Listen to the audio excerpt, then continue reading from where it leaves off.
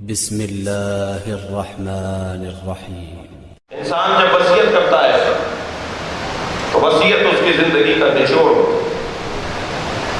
ساری زندگی کا حاصل اپنی وصیت میں بیان کرتا ہے۔ اگرچہ ہمارے یہاں لفظ وصیت جب استعمال کیا جاتا ہے تو تصور میں آتا ہے کہ مال و منال، دولت، جائیداد، زمین اور جو ترکہ ہے اس سے متعلق کچھ بات کر دی جائے تو اسے وصیت کہا جاتا ہے۔ میں اور آپ جن کے دروازے پر بیٹھے ہیں نا، وہ مال دنیا سے تو ویسے ہی میں لفظ بول دوں تو اچھا ہے، چڑھتے تھے۔ مال دنیا کو تو ویسے ہی ہاتھ نہیں لگاتے تھے۔ ان کا مقام ہے حضرت جابر بن عبداللہ الانصاری خانہ کعبہ کا طواف کر رہے تھے۔ یہی ہے شام جس نے مولا سجاد کو گھیر دیا۔ یہ گورنر تھا، یہ خانہ کعبہ کا طواف کر رہا تھا کہ اچانک اسے بتایا گیا کہ جابر بھی طواف میں، صحابی رسول۔ اس نے اپنا طواف مکمل کیا اور اپنے کارندوں سے پوچھا کہ بتاؤ کہاں ہے اس وقت نبی کے صحابی؟ ان کی خدمت میں جا کے کہنے لگا کہ کوئی حاجت ہے، کوئی حکم ہے میرے لیے؟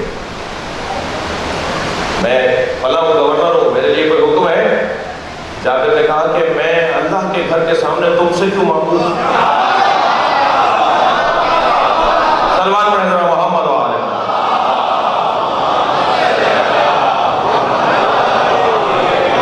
اچھا، ایسے لوگ چرب زبان بہت ہوتے ہیں۔ ایسے لوگ جو ہوتے ہیں جیسا شام ہے، جس طرح کے جو لوگ ہوتے ہیں ان کی زبان بہت چلتی ہے۔ فوراً کہنے لگا میں اللہ ہی کو راضی کرنے کے لیے آپ سے کہہ رہا ہوں۔ دیکھیے کیسا جوڑا۔ انہوں نے کہا کہ میں اللہ کے گھر کے سامنے تم سے کیوں مانگوں؟ تو کہہ لگا میں اللہ ہی کو راضی کرنے کے لیے آپ سے کہہ رہا ہوں کہ کچھ کہیے، میں آپ کی خدمت کروں۔ فرمانے لگے آخرت میں کچھ دے سکتے ہو؟ اللہ اکبر۔ کہنے لگا نہیں، آخرت میں کچھ نہیں دے سکتا۔ تو فرمانے لگے دنیا کو تو ویسے ہی میں نے لات ماری ہوئی، آخرت تم دے نہیں سکتے ہو، تو میں تم سے مانگوں کیوں؟ اچھا، جابر نے ایک فیصلہ تو کر دیا، جو آخرت میں دے سکتا ہے اسے مانگنا جائز ہے۔